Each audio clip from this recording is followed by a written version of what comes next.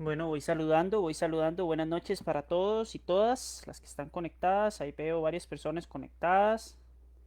Entonces esperemos a ver que funcione el audio.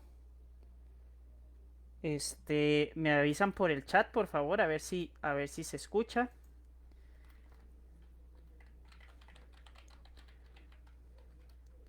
Si no, tienen que darle clic en donde dice en vivo. Ahí tienen que habilitar el audio. Ya yo estoy probando y si se escucha el audio. Entonces vamos a arrancar a las 9:15 en punto con la explicación de la materia. Espero que la clase grabada les guste y de una vez la voy a grabar y la próxima semana ya la van a tener disponible también en el canal personal mío de YouTube. Entonces espero que se les aclare. Si tienen alguna duda, con mucho gusto me lo pueden escribir por acá en el chat o me lo pueden escribir en el chat de WhatsApp y yo con mucho gusto se las voy contestando.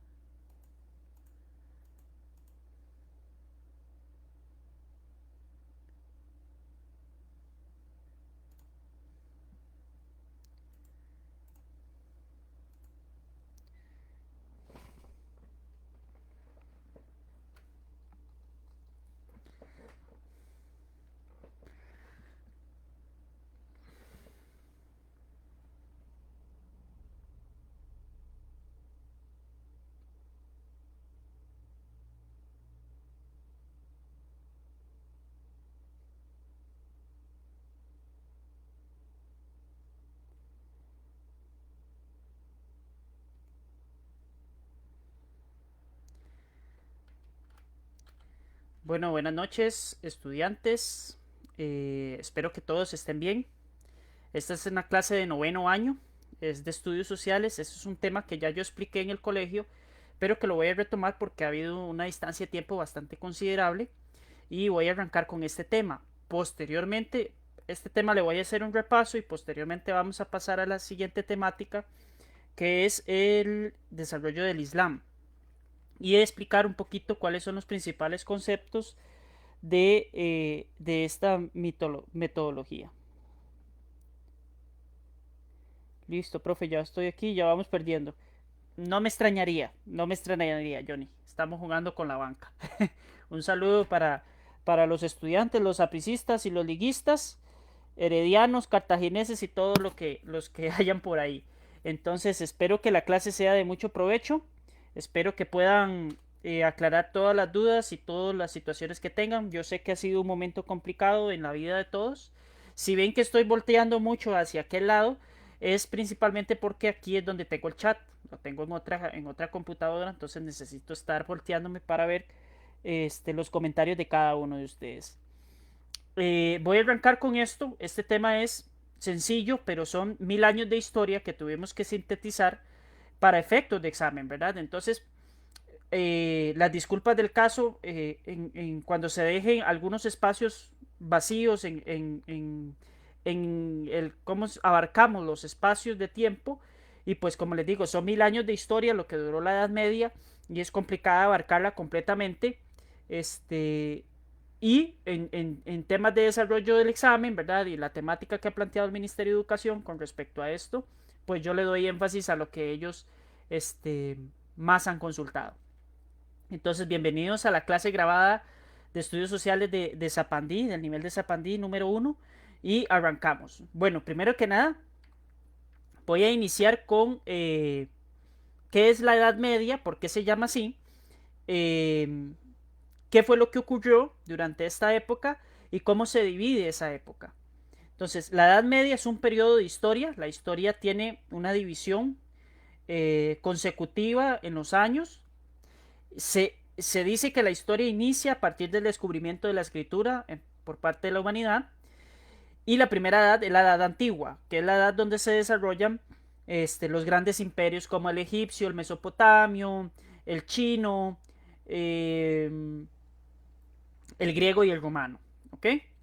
El imperio romano, que fue la base de la civilización occidental, todavía tenemos bases de esa civilización, eh, empieza a tener ciertos lapsos de tiempo que son muy complicados.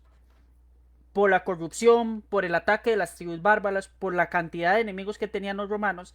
Y entonces en el año 476 después de Cristo, o de nuestra edad, como queramos verlo, cae el Imperio Romano de Occidente.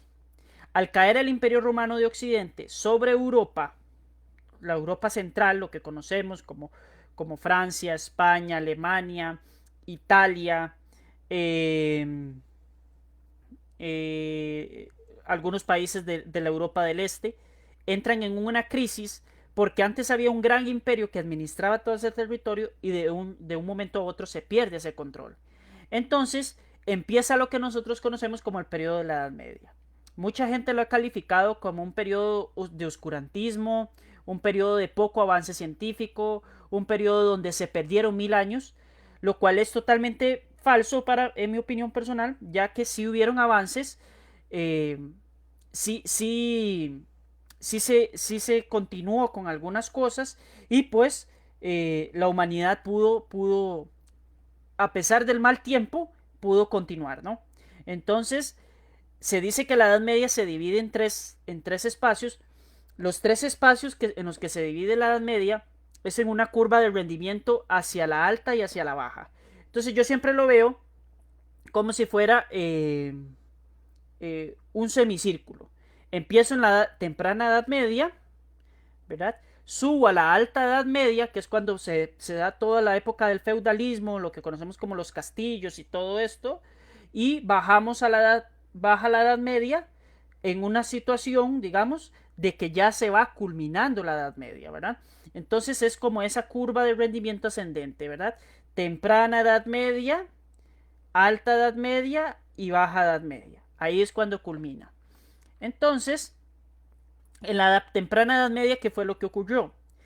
Todas estas tribus, que eran conocidas como las tribus bárbaras, generalmente denotadas así o llamadas así, por la sencilla razón de que no podían hablar el lenguaje latín, que era lo que hablaban los romanos. Entonces, todas estas tribus que se fueron separando poco a poco, eh, fueron generando cambios pequeños en los alrededores de Roma hasta que al fin lograron hacer que colapsara el sistema romano, ¿verdad?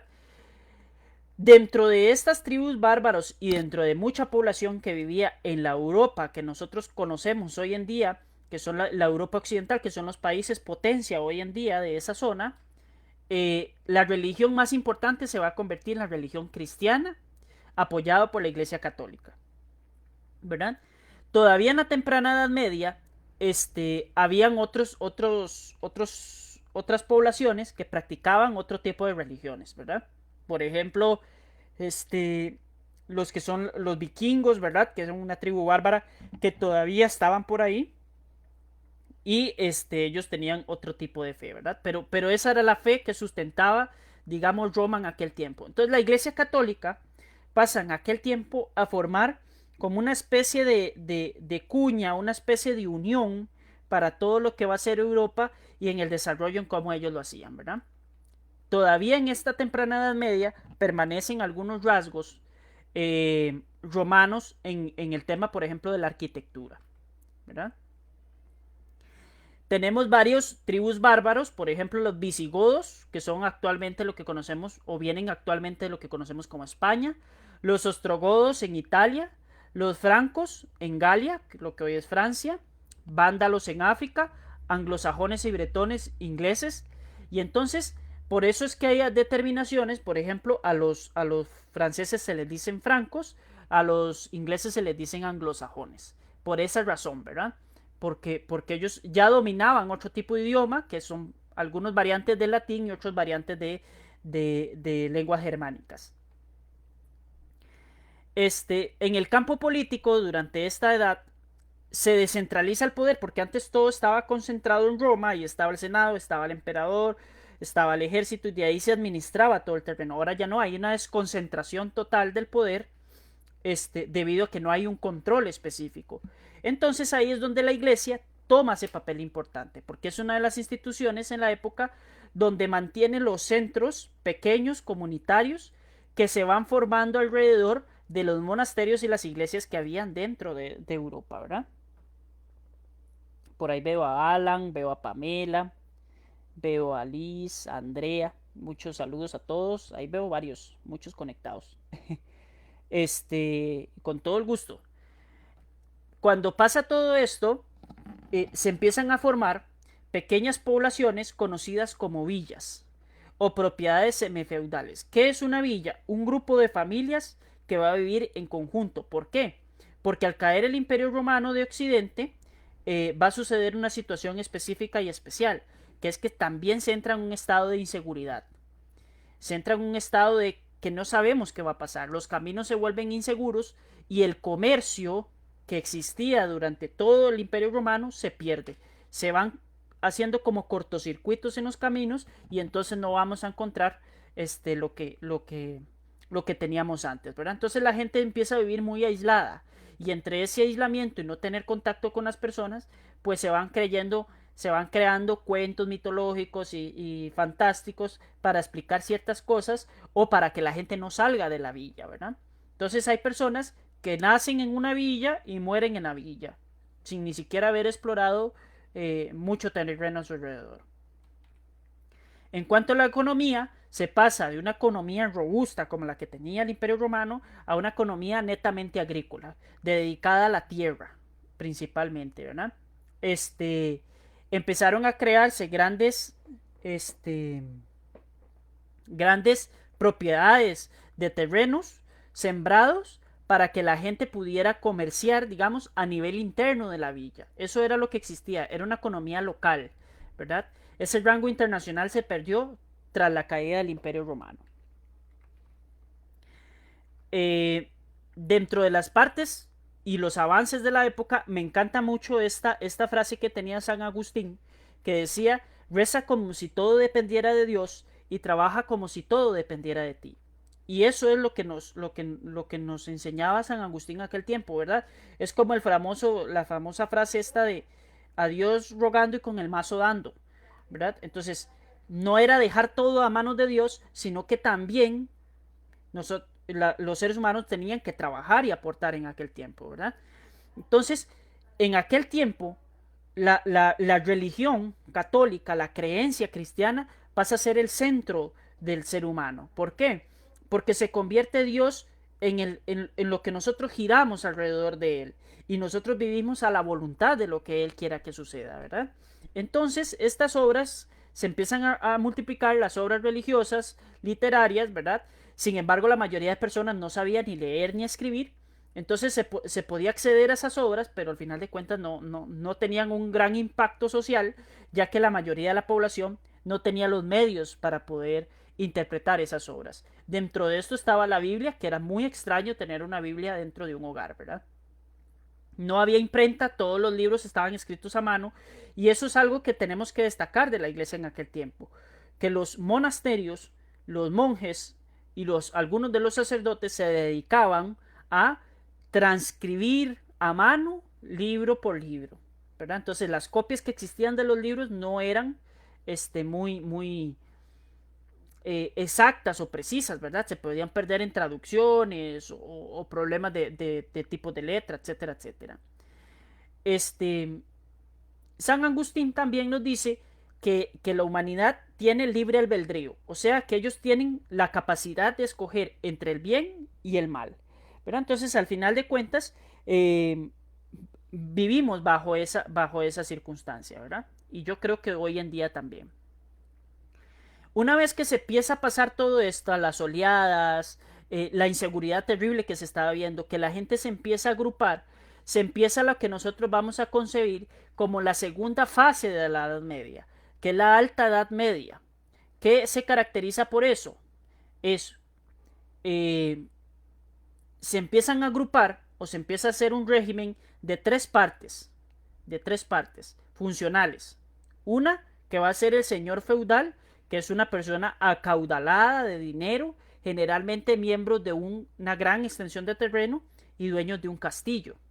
Después los vasallos, que son los que juran la fidelidad, y el campesino, que es el que se encarga de labrar la tierra. Entonces, entre esos tres van a crear un régimen, digamos, de dependencia uno de los otros, en el tema de protegerse a sí mismos, porque la inseguridad había crecido en, en considerable manera.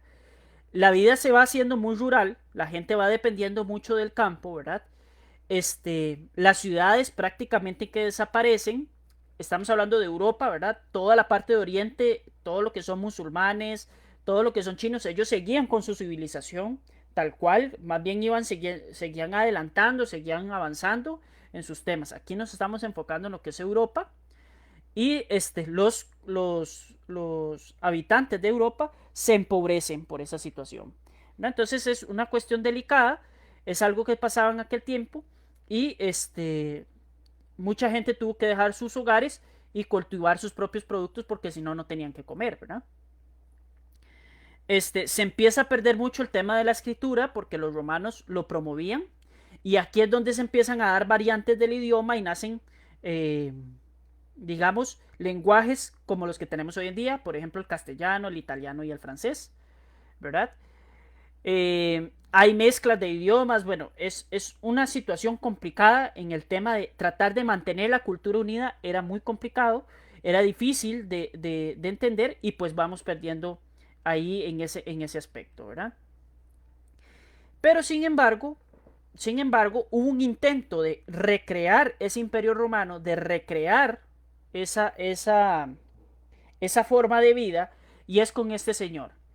Este señor se llama Carlo Magno, el que lo vemos ahí en la foto. Carlo Magno es el máximo representante de lo que va a ser el imperio carolingio o el Sacro Imperio Romano Germánico, así era como se llamaba. Él era francés, él era francés, y él va conquistando los terrenos eh, que están alrededor de Francia hasta que llega a tener un imperio tan grande o casi tan grande como el imperio romano, ¿verdad? Y aquí surge la función primordial del Papa. Porque existían alianzas muy cercanas entre los francos y el Papa para poder mantener el control de la Iglesia Católica. Por ejemplo, el padre Carlomagno Pipino el Breve, hace tratos con el Papa para poder controlar y poder proteger este, esa población, ¿verdad? Entonces, el Papa a cambio garantizaba que Carlomagno iba a ser el rey de los francos y lo declara también protector de la Iglesia Católica. Entonces, con el respaldo del Papa, el Imperio Carolingio tuvo toda esta extensión, ¿verdad? Entonces, ese imperio nos vuelve a dar como cierta seguridad, nos vuelve a dar una conexión entre los feudos, ¿verdad? Entre las diferentes ciudades y las villas y todo. Sin embargo, era demasiada la dependencia que se tenía sobre Carlomagno. Entonces, eh, cuando Carlomagno muere, el imperio se va separando en partes porque él se lo deja a sus hijos y a sus nietos, y sus nietos no tienen la capacidad de Carlomagno de mantener esa unión. Entonces se van separando en los diferentes países que conocemos hoy en día y en los diferentes feudos. Entonces volvemos y retrocedemos otra vez en lo que estábamos antes, que era el feudalismo. Ahora, ¿qué es un feudalismo? Un feudo es un castillo con un terreno grande alrededor, donde viven varias personas en la villa que se dedican a la agricultura, ¿verdad? Y como que cada quien tiene su puesto de trabajo, ¿verdad? Entonces, la crisis del Imperio Romano va a generar hambre, que no hay suficiente producción para mantener a la población. También hay un tema de sanidad, de muchas crisis en cuanto a pandemias. Por ejemplo, en este tiempo se vio de las pandemias. Creo que la pandemia más brutal que pudo ser la pandemia de la peste en la que vivió el ser humano, que casi nos extinguimos como seres humanos. Se murió una gran cantidad de millones de personas por esa peste, ¿verdad? Y empieza esto que es el sistema que les estaba narrando ahora. ¿Qué es el feudalismo? Bueno, el señor feudal, que es el dueño y señor de un territorio determinado, de una tierra grande, vasta, donde él toma a las personas viven con él, y a cambio de eso él le daba una protección. ¿Qué tenían que dar los campesinos? Impuestos. Pagar con comida o con trabajo, ¿verdad? Entonces de eso se trataba. Habían dos clases sociales, los siervos y los villanos. Los siervos de gleba eran libres, pero siempre tenían que estar trabajando y no se les pagaba por ello. Mientras que los villanos sí, ellos recolectaban, trabajaban la tierra, y pues ellos a cambio sí recibían parte, solo daban parte de su producción al señor feudal, ¿verdad? También tenían que tributar a la iglesia. Entonces, la pirámide social durante el feudalismo se veía más o menos así. La realeza encabezada por un rey o un señor feudal. Posteriormente la alta nobleza, que podrían ser, por ejemplo, los obispos y los arzobispos. La nobleza media, que ahí es donde entra el papel de los caballeros, que eran representantes del feudo en los juegos que se hacían en aquel tiempo, que son las justas, ¿verdad? Posterior a ello, siguen los grupos medios, como por ejemplo los artesanos, los herreros, los comerciantes, ¿verdad? Que acumulaban cierta riqueza, y también los caballeros, los soldados. Posterior a eso tenían los grupos modestos, por ejemplo, como los campesinos. Y por último teníamos los siervos de gleba, jornaleros, que no tenían terreno y que en algunos casos ni siquiera recibían paga, simplemente se les daba la protección y el alimento por vivir ahí, ¿verdad? Y aquí es donde crece el régimen de tres partes. El señor feudal les da protección económica y militar, y el vasallo, que es un acuerdo que yo firmaba con mi señor, generaba un acuerdo, digamos, de palabra, de que yo iba a servirle a mi señor, y a cambio yo le daba ayuda, consejo, pago de impuestos y trabajo, ¿verdad? Entonces para eso funcionaba el, el, el, el vasallaje, ¿ok? Más o menos así, esto lo saqué de un juego, es bastante curioso, era como se podía ver un feudo. Había un castillo que era donde vivía el señor feudal, que va a cumplir una función muy importante que ahorita lo vamos a ver. Prados comunales, que es donde la gente llevaba el ganado, por ejemplo, para que se alimentara. Había una aldea, la iglesia, los terrenos de la iglesia, que ellos recibían un pago del diezmo, que es el 10% de lo que yo tuviera, y las tierras de cultivo dedicadas para los campesinos, ¿verdad? Entonces eso era como se dedicaba al feudo. Y el castillo, que era muy importante, cumplió una misión muy interesante. Vamos a ver si tengo dudas por acá. Ok, un segundo, vamos a ver qué pasó por acá.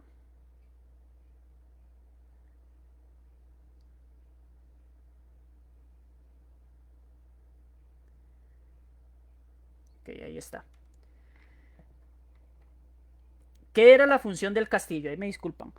El castillo funcionaba para la siguiente forma. Cuando había un ataque, para de las tribus bárbaras, la gente se metía en el castillo a vivir, ¿verdad? Entonces, todo el mundo se metía bajo la protección del señor feudal, que él tenía que tener reservas de comida, tenía que tener un ejército que los protegiera, y entonces el castillo cumplía esa función básicamente. Los castillos podían durar de 3 a 6 meses con solo abastecimiento del castillo, sin necesidad de producir nada, mientras pasaba el asedio. En muchos casos los castillos cayeron y pues hubieron barbaridades que se cometieron ahí, ¿verdad? Pero los castillos estaban generalmente muy bien equipados. Tenían una torre, que era una torre que servía para vigilancia y donde se guardaban las armas. Generalmente tenían una capilla, tenían varias torretas, tenía un patio principal, que era donde la gente se hospedaba cuando había asedios, y también había el cuarto de los señores feudales, que eran donde descansaban, ¿verdad? Entonces el castillo se convirtió en esa zona segura para la gente, en esa zona de protección, ¿verdad? Y poco a poco vamos entrando en el tema de la Baja Edad Media, que la Baja Edad Media se va a crear, que es cuando va culminando todo esto, porque la Iglesia Católica inicia un proceso que se llaman las cruzadas. Entonces, después vamos a analizar las cruzadas por aparte, más adelante, pero así, a grosso modo, las cruzadas fue lo siguiente. En el año 1099, la Iglesia Católica se plantea un objetivo, y el objetivo es recuperar Tierra Santa. Tierra Santa para los católicos en aquel tiempo va a ser Jerusalén, la tierra de Jerusalén. Entonces, se organizan varios cruces que se van a hacer hacia la tierra de Jerusalén para recuperarla del dominio musulmán. En muchos casos, en algunas de las cruzadas, se logró recuperar Jerusalén, en otras más bien se perdió. Y más bien se prestó para muchas cosas y muchas interpretaciones, porque la iglesia, bajo la premisa de recuperar su tierra santa, pues no hay que engañarse, no hay que mentirse, cometió crímenes porque mató personas en nombre de Dios, ¿verdad? Entonces se justificaban en esa situación. Su principal objetivo era recuperar Tierra Santa, pero también recuperaron muchísimos tesoros que la iglesia consideraba que le pertenecían, por ejemplo, tesoros valiosos como la corona de espinas, que el cáliz de la última cena, que los clavos de la cruz, que la misma cruz, ¿verdad? Todo lo que estaba relacionado con la vida de Jesús también era un objetivo de las cruzadas. Ese traslado de personas constante que se hizo desde Europa, desde Italia y Francia principalmente, hacia Jerusalén, le devuelve esa seguridad a las rutas, y entonces el comercio se empieza a reactivar entre las personas.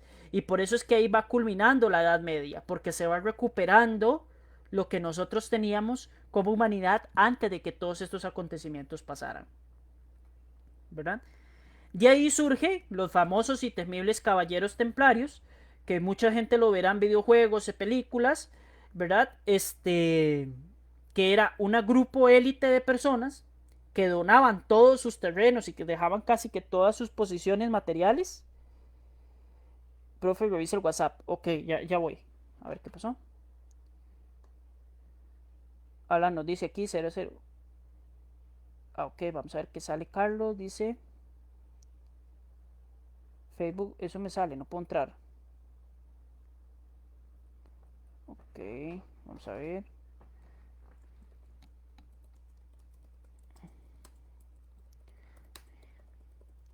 Vamos a ver qué pasó por acá. Ok. Estoy atendiendo una duda porque me llegó aquí por el chat. Johnny me puso que revisara el chat, entonces lo estoy revisando a ver si le podemos solucionar al compañero. Vamos a ver qué pasa. Entonces la gente renunciaba a estos privilegios y se convertían en caballeros templarios. ¿Qué te daba caballero templario? Era como ser una superestrella en la Edad Media, porque te daba una cierta garantía económica, una posición social terrible. O sea, la gente que era templaria ocupaba los puestos más altos porque eran los caballeros de Dios, ¿verdad? Y sumamente temidos y respetados dentro de la sociedad de la Edad Media, ¿verdad?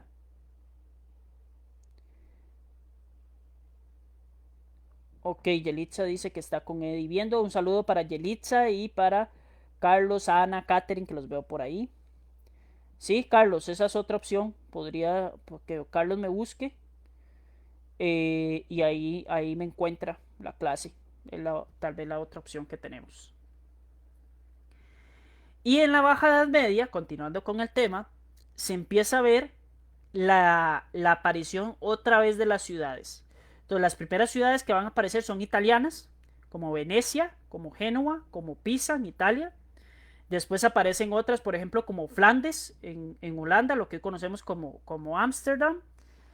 Y Madrid se va recuperando, ¿verdad? Entonces el comercio vuelve a la gente a interactuar entre ellos y que se compartan conocimientos. Y a partir de ese conocimiento es que la Edad Media va quedando atrás en la sociedad europea y se vuelve a retomar todo lo que nosotros conocíamos y que creíamos que nos convertían en seres humanos. Posteriormente a esto viene la Edad Moderna y también viene el expansionismo ultramarino, que es lo que les permite a los europeos llegar al continente americano mediante los viajes de Cristóbal Colón.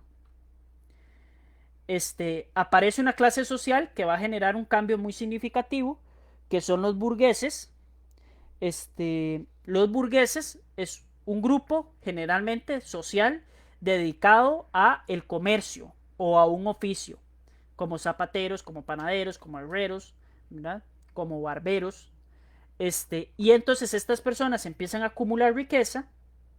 Sin embargo, a pesar de tener riqueza, en aquel tiempo se consideraba que el poder venía no del dinero, sino de la cantidad de tierra que yo tuviera. Entonces estas personas en un principio fueron ignoradas y posteriormente se convirtieron en la clase social predominante. Creo que se me pegó la cámara, vamos a ver qué pasó.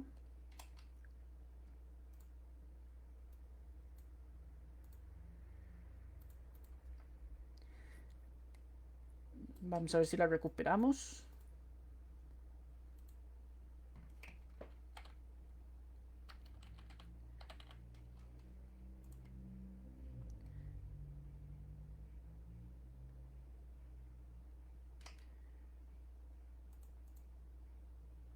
Ahí está, ya la recuperamos.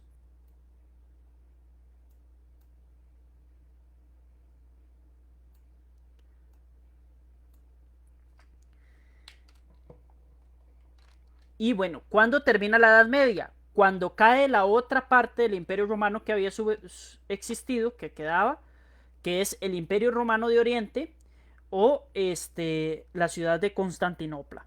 Al caer ese puerto comercial, pues los europeos quieren seguir comerciando con la India y con China, y entonces es ahí donde Cristóbal Colón plantea una ruta diferente para llegar a la India, ¿verdad? Entonces ellos tratan de cruzar el océano Atlántico basado en que la Tierra es redonda y se encuentran con un continente gigantesco que es América, ¿verdad? Lo que hoy denominamos como América. Entonces, la Edad Media termina gracias a la caída del Imperio Romano de Oriente, que era lo que había sobrevivido en aquel tiempo. Eso pasa en el año 1453. Y uno de los legados que podemos rescatar de la Edad Media es el arte gótico. El arte gótico es un arte muy peculiar de la Edad Media, donde generalmente se narraban acontecimientos bíblicos y se puede apreciar mucho más que todo en las catedrales, ¿verdad? Por ejemplo, como esta catedral, que es la Catedral de Notre Dame de Francia, que estaba diseñada para eh, hasta cierto punto intimidar el poder de Dios, ¿verdad? Que tiene características muy peculiares en su construcción, por ejemplo, la colocación de gárgolas o vitrales enormes, que son estos vidrios grandes que están ahí, porque en aquel tiempo, pues evidentemente no existía la electricidad. Y todas estas circunstancias, la catedral se creaba grande, de tamaños proporcionalmente alta, ¿verdad? Ancha. Esa catedral generalmente era oscura, ¿verdad? Con poca entrada de luz, porque ahí era donde estaba la presencia de Dios. Entonces buscaba también un poco lo que es la intimidación de la gente antes de estar a la presencia de Dios. Entonces, en tema arquitectónico hubo un avance gigantesco en la construcción de iglesias. Por ejemplo, una catedral, duraban años de años construyéndola, pero vean la altura de los edificios que se tenían con respecto a, por ejemplo, las primeras iglesias cristianas, que eran súper pequeñas, ¿verdad? Entonces, que eran más capillas que iglesias. Esto ya se pasa a tener catedrales, ¿verdad? El diseño de los vitrales, que es un arte exquisito y que en muchos de los casos narran acontecimientos que pasaban en la Biblia. Entonces ya habían ilustraciones y ya yo podía por lo menos imaginarme qué era lo que sucedía en aquel tiempo.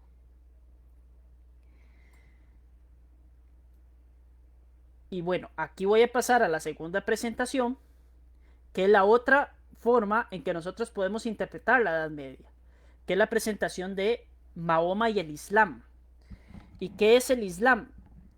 Es la contraparte de lo que pasaba con la Iglesia Católica. Así lo veo yo. ¿Qué era lo que pasaba con toda la región árabe? Con todo lo que estaba sucediendo en los terrenos de Irak, de Irán, ¿verdad? Toda esa parte oriental, Siria, Libia, Marruecos, todo eso, se van convirtiendo a esta religión y van siguiendo las enseñanzas del profeta Mahoma. Y la mayoría de su población hoy en día continúa con ese legado. Entonces, ¿qué es el Islam? Y lo vamos a ir viendo. Van a ver que hay muchas similitudes con la iglesia cristiana, con la iglesia judía también. Sin embargo, hay cambios, ¿verdad? ¿Quién era Mahoma? Mahoma es una persona que nació en el año 570 después de Cristo, en una ciudad que se llama La Meca, en la península arábica. Tuvo muchísimos oficios, ¿verdad? Fue comerciante, era hasta cierto punto, digamos, artesano, mercader, y él generalmente trabajaba con caravanas, entonces tenía contacto con muchas personas y aprendía de mucho de esas personas. Resulta que la, la, la, la religión musulmana nace porque Mahoma eh, tiene un llamado de Dios, ¿verdad? En donde Dios le entrega un libro a Mahoma por medio del ángel Gabriel que se llama, eh, que se llama el Corán. El Corán es un libro de oro escrito por Dios, a puño y letra de Dios, eso es lo que dicen los musulmanes, donde está cuál es el comportamiento adecuado de una persona con el corazón, digamos, semejante a Dios, o sea, que le agradaba a Dios, ¿verdad? Dentro de sus peregrinaciones y sus fiestas más importantes está la Kaaba. La Kaaba es este templo que se ve acá en el centro, que es una de las fiestas masivas que ellos hacen, que por cierto este año no se pudo hacer por la crisis del COVID, que es una piedra que supuestamente envió Dios, ¿verdad? En su creencia, envió Dios y absorbió los pecados del mundo. Es una piedra de color negra, no muy grande, no se imaginen una piedra grande, es más o menos de este tamaño, ¿verdad? Donde ellos creen que Dios o Alá, que es como ellos denotan a Dios, absorbió ese pecado. Entonces una piedra negra o una piedra sagrada, así se le conoce como la Kaaba. Entonces, millones de musulmanes van a la Meca, que es la ciudad donde Mahoma nació, a peregrinar para conocer la piedra esta de la Kaaba, ¿verdad? Esa es como su fiesta más importante. Y entonces Mahoma, que tuvo que estar huyendo, porque él empezó a dar una predicación muy influyente dentro de la sociedad de la Meca. Los jefes locales de la Meca ven esa predicción como algo malo, ¿verdad? Igual que lo que pasó con Jesús. Y Mahoma tiene que irse de la Meca, porque él no puede seguir viviendo ahí porque las autoridades locales ya incluso tenían precios por la cabeza de Mahoma, ¿verdad? Entonces, él se va para la ciudad de Medina, que es una ciudad cerca de la Meca, a vivir relativamente cerca, ¿verdad? Una distancia considerable. Y ese movimiento, ese desplazamiento que hace Mahoma de la Meca hacia Medina se le conoce como la Égira. La égira es lo que marca en el mundo musulmán el inicio del año del calendario islámico. O sea, para ellos ese movimiento de irse a la Meca, a Medina, y ese acontecimiento de la égira es su año cero. Entonces ahí es cuando empieza para los musulmanes la vida conociendo a Alá, ¿verdad? Posteriormente Mahoma regresa de la ciudad de Medina, regresa a la Meca, entra como vencedor porque él invade la Meca, la conquista otra vez, y aquí les pongo un mapa en Arabia Saudita de cuál fue más o menos el recorrido que hizo, ¿verdad? Son 449 kilómetros. Y en el año 630 Mahoma entra a la Meca como su máximo conquistador y como su máximo eh, eh, representante, ¿verdad? Y de ahí es donde nace la cultura del Islam, donde nace toda esta enorme religión que se ha convertido hoy en día, donde la gente la practica fielmente, incluso oran viendo todos los días hacia la Meca, independientemente del lugar o zona geográfica donde usted está. Usted tiene que ver y hacer sus oraciones viendo hacia la Meca y siguen el libro sagrado como el Corán. A este tipo de países que están muy involucrados con el tema religioso, también se le conocen como un régimen fundamentalista, que es un régimen que se basa en las creencias religiosas que ellos tienen, ¿verdad? Entonces es una religión muy extendida que la siguen millones de personas y que como toda religión, como toda creencia, tiene sus divisiones, ¿verdad? Y tiene sus maneras de interpretar cuál es la forma correcta de vivir o cuál es la forma de pasar por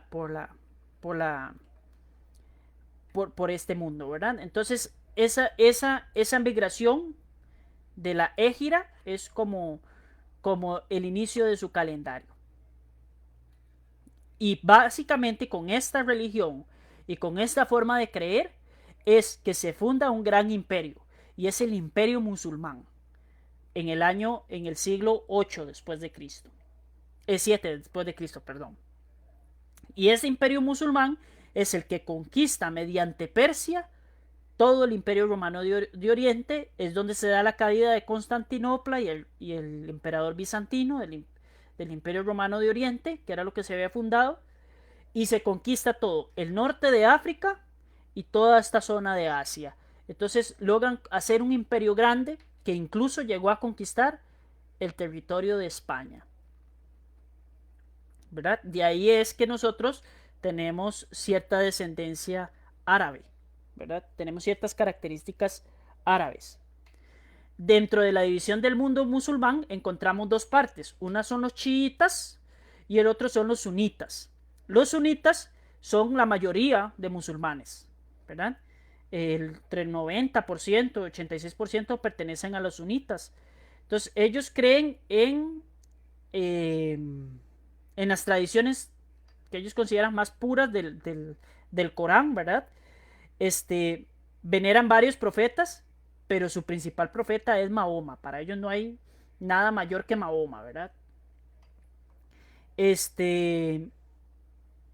Los líderes se ven como figuras temporales, se reemplazan, ¿verdad?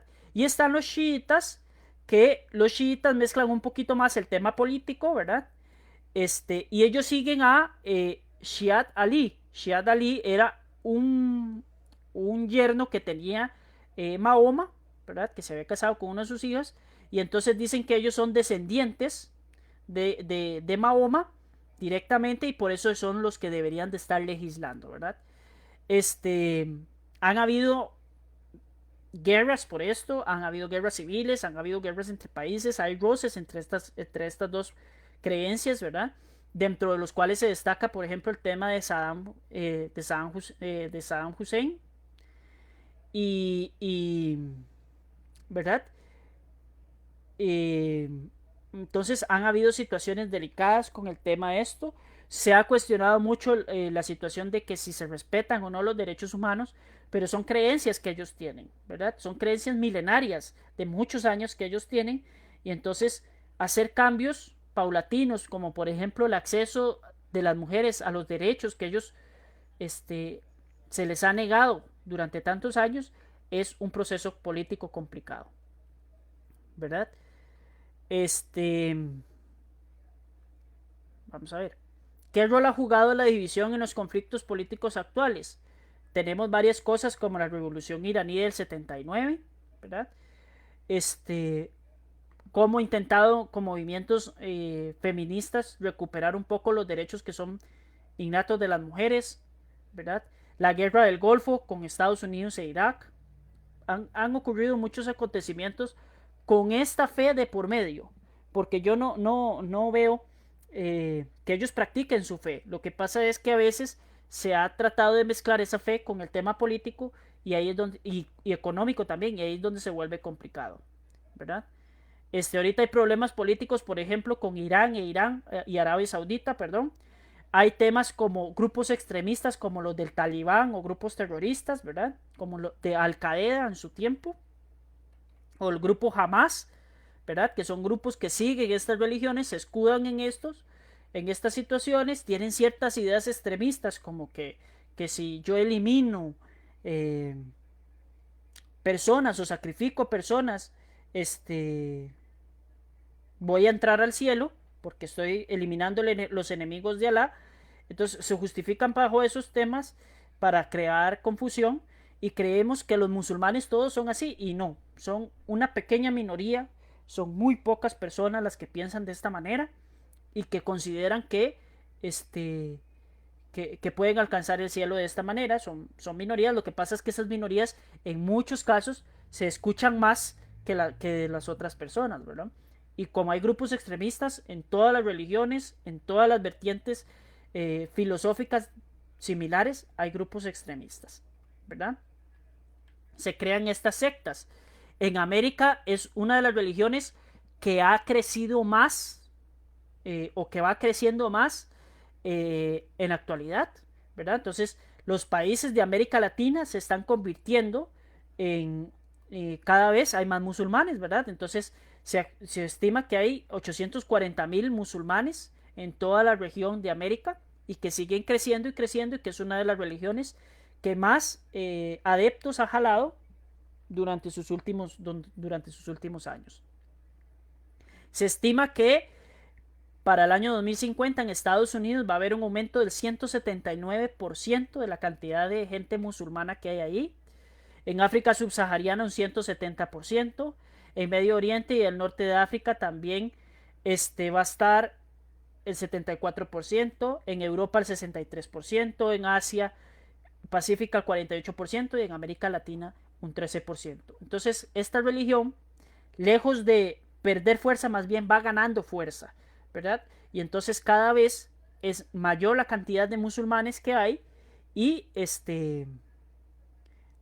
muchos emigrantes de zonas, porque han vivido en zonas de conflicto, situaciones, migran a Europa o al mismo Estados Unidos y pues incorporan esas religiones dentro de la sociedad europea y estadounidense o occidental y la gente lo adopta porque al final de cuentas es una fe que tiene un buen mensaje también, ¿verdad? Entonces, eh, eso sería con el tema del Islam. Lo más importante es enfocarse en cuál es su profeta, como Mahoma, el tema de la égira, que es cuando él se muda a Medina, ¿verdad? Que es el año cero para ellos, que creen en el Corán, que fue un libro escrito por Dios, entregado al profeta Mahoma mediante el ángel Gabriel. Y básicamente eso, ¿verdad? Y tener en cuenta que las religiones, lejos de separarnos, deberían de unirnos, ¿verdad? Como creyentes, como fieles, deberían de sernos mejores personas, pero que hay gente que se escuda en ciertas enseñanzas que yo creo que más bien se alejan de lo que de verdad deberíamos aprender y cometen este tipo de actos eh, contra la humanidad, ¿verdad? Entonces, la tolerancia, llamar a la tolerancia, llamar al respeto, y eso es lo más importante en el tema de tratar de comprender por qué la gente tiene esta fe y por qué la gente la promulga, ¿verdad? Entonces, al final de cuentas, por ahí es donde se va desarrollando toda esta tolerancia religiosa que tenemos que tener y que vean que es una población que definitivamente va a crecer mucho en los próximos años. De mi parte esto sería todo, espero que no tengan ninguna duda, que no hayan consultas. Si hay consultas me lo pueden hacer llegar por el chat de WhatsApp que tenemos habilitados para el grupo o por aquí mismo mediante los comentarios de Facebook. Estoy para servirles. Espero que la clase les haya gustado y nos vemos la próxima semana si Dios quiere en la primera clase de educación cívica, la otra semana de educación cívica. Y ahí vamos a ir fortaleciendo un poco el uso del Facebook Live como una herramienta importante de transmisión de conocimientos. Y recuerden que están las guías autónomas en los archivos de Drive. Les los llamo para que las hagan. Están de todas las materias. Ahí tienen cómo contactar a los docentes. Cada uno tiene su mecanismo de aprendizaje. Si tienen dudas con las guías autónomas, con mucho gusto, por ejemplo, de estudios sociales y educación cívica, estoy para servirles. Me pueden escribir por el correo electrónico, me pueden escribir por el WhatsApp, incluso por la página del Facebook nos podemos mantener en contacto y muchas gracias y todo. Que tengan una excelente noche y que la pasen bien.